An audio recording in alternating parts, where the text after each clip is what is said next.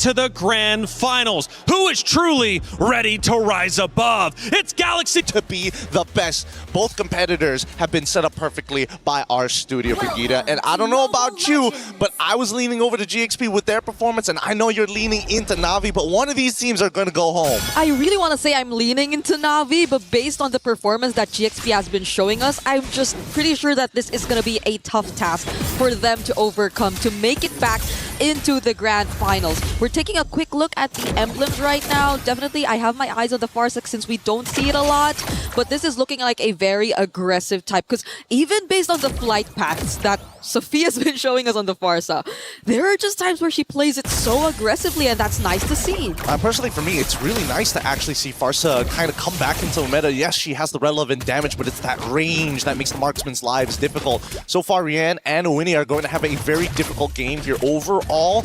Remar put it the best, right? It's going to be so mechanically demanding, and also taking Master Assassin as part of the emblem set really goes to show that Rian, from beginning to end, wants to dominate. Yep, and this is going to be such an interesting take too in the team fights, because they're all on Purifies apart from Keishi. So you know how difficult it is going to be because of how overwhelming the crowd control GXP actually has. And that's actually the thing I wanted to talk about, right? When we're talking about ups and downs, pros and cons, Navi for Purify sounds like a great idea. Who is going to be the one who engages? And I think they've only got one real answer for those long engages.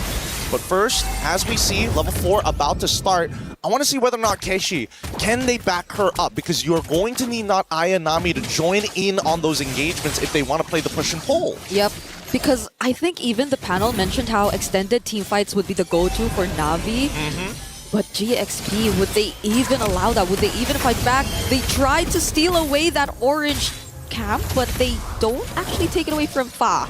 Doesn't have the red key though, but Navi are still gonna get in this fight. That's the heavy spin. Keishi secures the objective already. There goes the better airstrike as well. Not Ayanami, not looking good. Gets brought back with the final slash, but is still alive. Sophia says no though. Fa right now looking like the next target, and she goes down in the hands of Mirai. Lemma trying to go for the stun, but is not enough to save Fa. And it seems like Navi have somewhat equalized the kills in terms of that fight.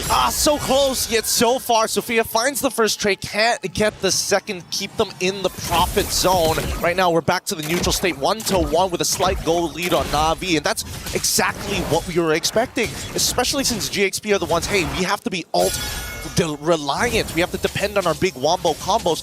Navi, yes, they've got combos, but they can kind of fight forever and ever and ever. Yep.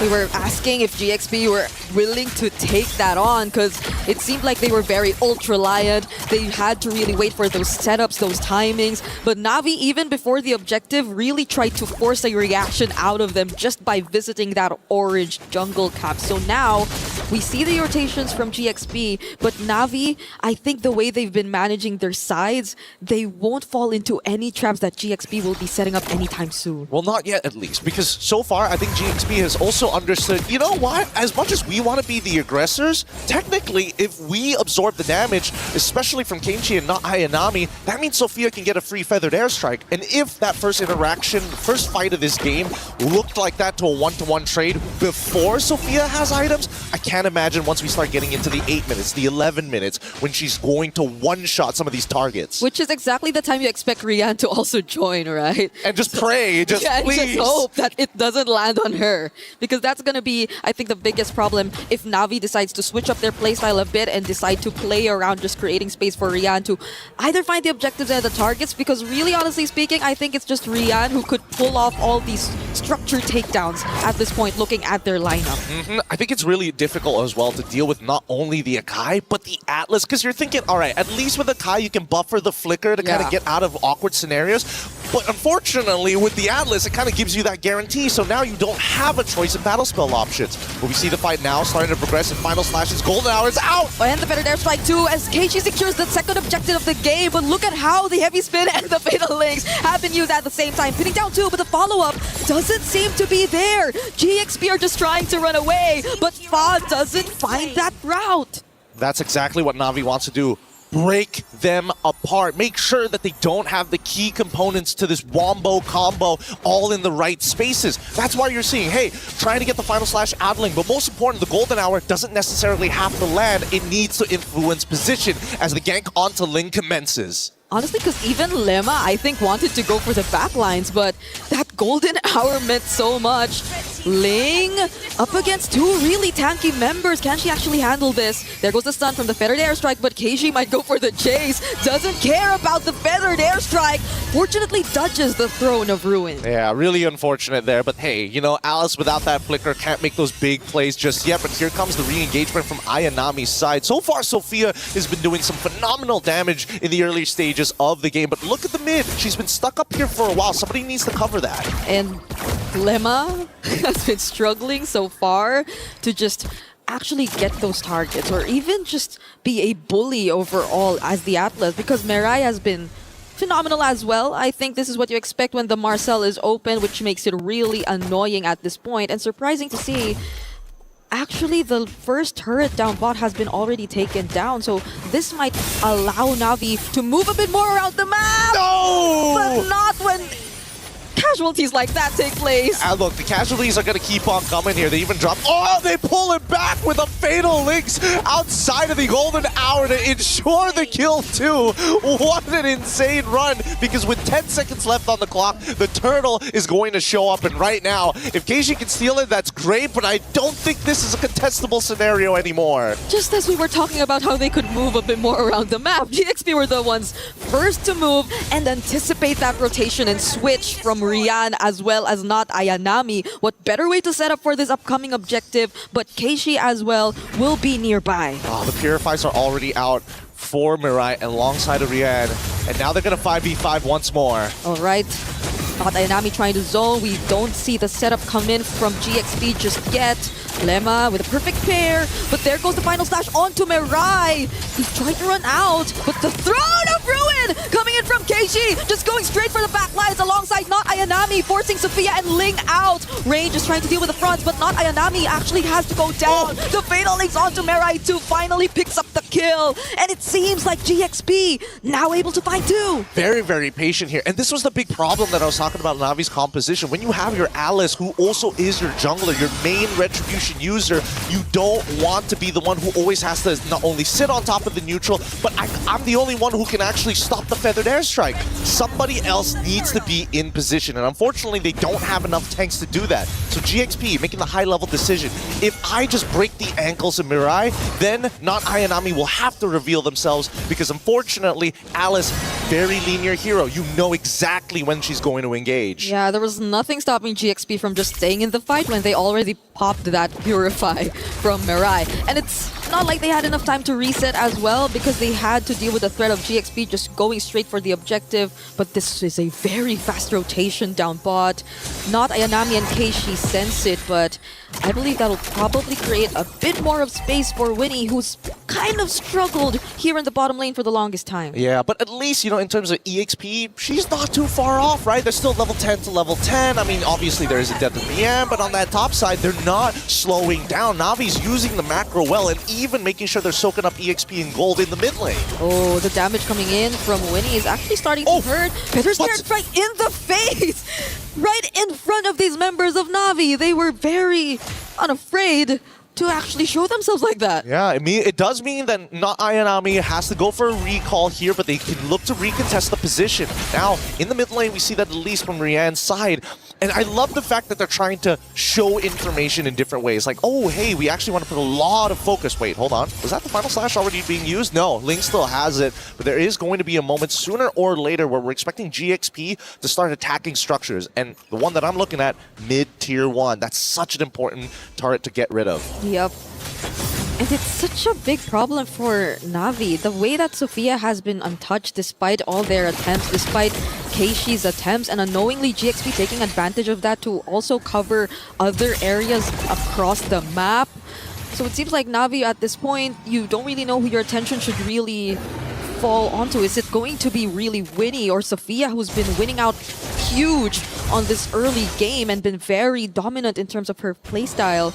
Because as much as Mirai gets the information, she's just too well protected on the far side. Yeah, I have to agree. And they don't really have too many ways to kind of break them out of it. I'm trying to think of what would the order of the fight look like in order to get an upper hand against GXP. Either they get massive value out of Keishi, but I think for now, it's up to Rain. And if Rain gets blasted every single time by the Feather Airstrike and forced to fight early, it might not necessarily be good. Oh, this engagement! There's no golden hour left. GXP are just gonna go for it. The heavy spin hasn't been committed, but the Throne of Ruins does too! Ling falls down, the XP laner is gone, so is the Roamer. It's a double for Keishi. The best possible setup before this First Lord. That's exactly what we were looking for, and Rain able to find these really big assists, making sure those Gloom stacks are nice and high to start eating away at the members of GXP's front line. And that's what we want to see. Here, both Navi and GXP now finding solutions to the problem, but with Lord spawning in Navi's favor, this 2.2k lead is only going to extend further as Mirai, unfortunately here, has to back away. But Winnie, can they catch her? I don't think they have enough damage to intercept her midway. Yeah. She will get back safely. They have to deal with the Lord marching up top too, but as you mentioned, GXP, they're just really holding on to this mid turret. That's so much map control that Navi could actually take for themselves if ever they let that go. But things are looking very favorable for them. It's ballooning to an almost 3k gold lead, and GXP have to split themselves up, but you would expect them to just really take advantage of their team fight potential, but at this point, Navi are not fighting them head-on in terms of that. Yeah, I think this is pretty good from both sides. GXP doesn't have full information on where Navi is, so they're trying to probe and prod around to figure out where they are, and Navi purposely denying them that information, hoping that Sophia tries to use a feathered airstrike in a predictable area to clear those waves. Now GXP looking to take that space back in hopes that maybe Navi's just a little sloppy, but both sides have been very, very clean. They back away nicely, and despite the score being 4-5, a 2.9k lead is pretty good for someone like Rian. Yeah, but it's a bit more time for you to expect GXP to actually be much more equipped to fight back against Navi. I think earlier on, though, we saw Winnie sort of already start to shred majority of the HP from Keishi and not Ayanami.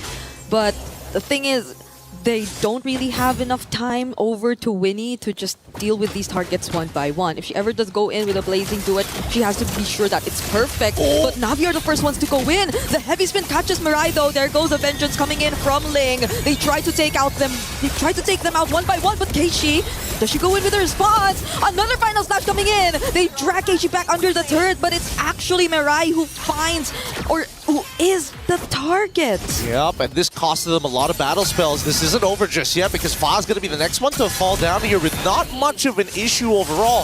This was how many flickers? 3 flickers. The Fatal Links comes in. Final Slash is going to pull him under. I don't think they're going to... Wait, hold on. The Feathered Airstrike might be good for something as they walk out even with a Wishing Lantern. It ain't enough. The damage from Sophia can be felt, but the abilities, the escape tools from Navi are also just a bit too much to deal with. Sophia just using the wings by wings to move around. Ling trying to go for a re-engage, but that's going to be Keishi immediately making her way out. All right, so the mid lanes are actually playing a significantly huge role in this game. Rain making sure those front lines wanting to do the exact same thing Sophia does without having that same backline threat. They're attacking Lima, they're attacking Fa. If Ling walks up too far, then you know they're trying to go for a full-on counter engage. But let's look at the items because again, Ling playing with the War Axe of all things, trying to make sure that she's more of a bruiser in these fights rather than a dedicated tank. But on the opposite end, the infinite scaling of Mirai here, man, that Thunderbelt is going to stack up fast. The Rose Gold Meteor even for Ling, like the way she's just